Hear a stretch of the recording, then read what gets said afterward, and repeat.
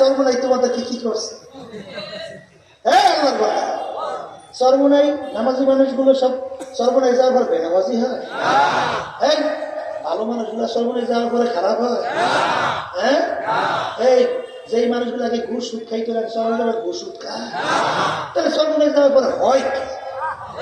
যেই মানুষগুলো কোনোদিন জীবনে পশ্চিমে সেজদা দেয় নাই, আল্লাহ ফজল করে অনেক সময় দেখা গেছে চরমায় যাওয়ার পরে আল্লাহ এমন দিনের কুস্তান করছে এখন দু চোখের পানি থামে না, আর সেজদা আর 5 ওয়াক্ত নামাজ আল্লাহর কাছে হুঁশ থাকতে ছাড়ে না। এখন তাকাইলে মনে হয় যেন একজন আল্লাহ ওলি হয়ে গেছে। ভালো হয়েছে না খারাপ হয়েছে? ওই কালকে আবার এই ছেলেটার সঙ্গে দেখা মৌলভী বাজার পৌঁছালায় যাবে ওর বাড়ি। এই কিছুদিন আগে আমি মৌলভী বাজার ওখানে মাহফিল করছিলাম, সেখানে বলতেছে হুজুর চরমনের মুহিদ্দিনরা মুজাহিদরা আমাকে দাওয়াত দিয়া বহুদিন চরমনে নেওয়ার চেষ্টা করছে, আমি যাইনি। গত ফাল্গুন মাসের মাহফিলে আমি চরমনে গেছিলাম। যাওয়ার পরে সর্বপ্রথম জীবনে আমি এই পশ্চিমে সেজদা দিয়ে নামাজ পড়ছি। কিন্তু বাজার আজকে চরমনের মাধ্যমে অনেক সহি তরিকা আছে, যাদের মাধ্যমে যেই মানুষগুলো আল্লাহর পরিচয় পায় নাই, পশ্চিমে সেজদা দেয় নাই, বাংলাদেশের জনগণের মা এই বিভিন্ন কায়দা ধোকাবাজি করে ঠকাইয়া মার দিয়া এরপর বিদেশে পাচার করে বেগুন ভাড়া তৈরি করে, কথা ঠিক না ঠিক? বুঝে গেল এখন সর্বরের মাধ্যমে মানুষ আল্লাহর দরবারি হয়। কার দরবারি হয়?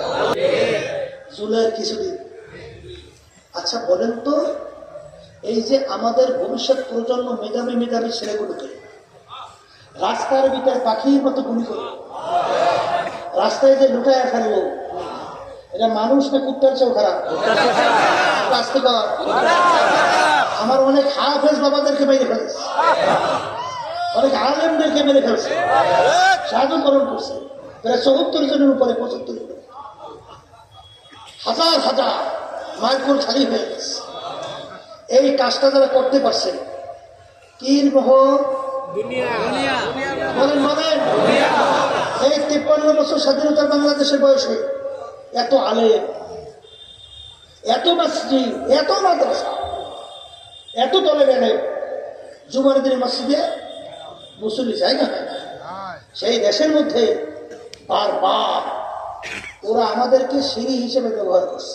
এমপির লোভের, সম্মানের লোভে, সম্পদের লোভের কারণে অনেক সময় বিভিন্ন কায়দায় ফতুয়া ঘুরাইয়া ইসলামকে দুর্বল করছে।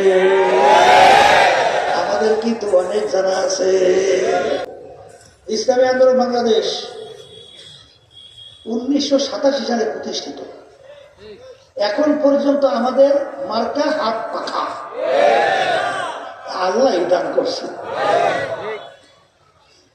ও হাত পাখা শান্তির প্রতীক না? 300 বাংলাদেশের আসনে প্রার্থী দেওয়ার মতো তৌফিক আল্লাহ আমাদেরকে দান করছে। কথা বলে না? ইসলামী আন্দোলন বাংলাদেশ এবং তার সহযোগী সংগঠন যখন দেশের বিরুদ্ধে, ইসলামের বিরুদ্ধে, মানবতার বিরুদ্ধে যখন কোনো ষড়যন্ত্র হয়, যখন রাজপথে আওয়াজ করে এই পাগলদের কলিজা থরথর করে কাঁপে, এই জন্য আমাদের কোনো অবস্থান নাই, ঠিক না? এই যে জানুয়ারি 7-24 না জাতীয় নির্বাচন হলো না, নির্বাচনের নামে দোকান আছে। ওই নির্বাচনে প্রধানমন্ত্রী শেখ হাসিনা আমাদেরকে নির্বাচনে নেওয়ার জন্য যে কি করছে আর কি চাইছে আর দেশে, এটা আমি জানি।